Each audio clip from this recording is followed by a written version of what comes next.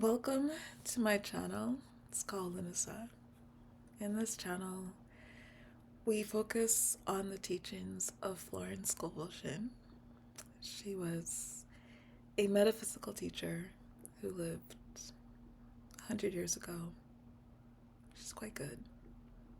Even today, it's worth it to study her ideas. Just like deep exhale. Yeah. I'm going through some things. So there's always something in Florence that I can look to that can help me out. And what I did is I went to the Game of Life and how to play it. I actually find that book on sacred texts. And I went to the chapter on casting the burden. And I'll read what it says there.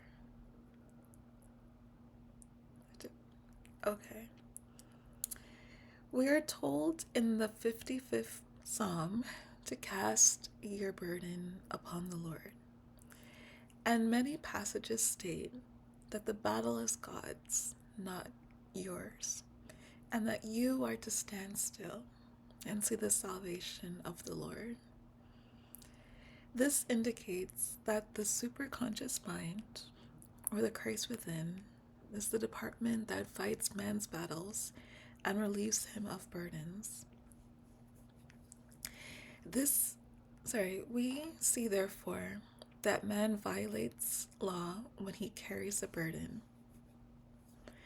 And a burden is an adverse thought or condition. And this thought or condition has its root in the subconscious. It seems almost impossible to make any headway directing the subconscious from the conscious or reasoning mind, as the reasoning mind or intellect is limited in its conceptions and filled with doubts and fears. How scientific then is it to cast the burden upon the superconscious mind or the Christ within, where it was made light and dissolved into its native nothingness? For example, a woman in urgent need of something made light upon Christ within the superconscious mind with this statement and said, I cast this burden of lack, because she needs something. So I cast this burden of lack on the Christ within, and I go free to have plenty. The belief in lack was her burden, and she cast it upon the superconscious mind with its belief of plenty, and an avalanche of supply was the results. We read, the Christ in you, the hope of glory. So, yeah. I've had a hard morning, hard nights, and I just had just like a hard hour.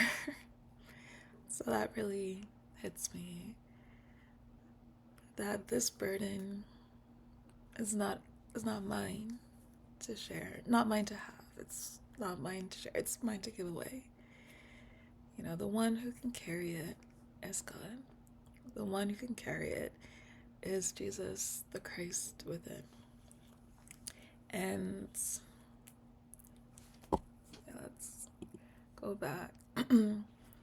He said, come to me, all who are labor and are heavy laden, and I will give you rest. For my yoke is easy and my burden is light. And yeah, the fight, if there's a battle, and I keep telling you, it's not a battle, it's a game. It's a game that's very hard sometimes because it does feel like a battle. It does feel like a fight, and it does feel like one that you're losing. But if you feel like it's a battle, then your job is not to figure out how to fight it. Your job is to remember that the battle is the Lord's, is God's, and just hand it over. And Florence has the affirmation for you, which is, I cast this burden to the Christ within, and I go free. So say it with me. I cast this burden to the Christ within, and I go free. I cast this burden to the Christ within, and I go free. And if you can make it really general, so she had the need for something, so it was lack. So you recognize that your burden is lack.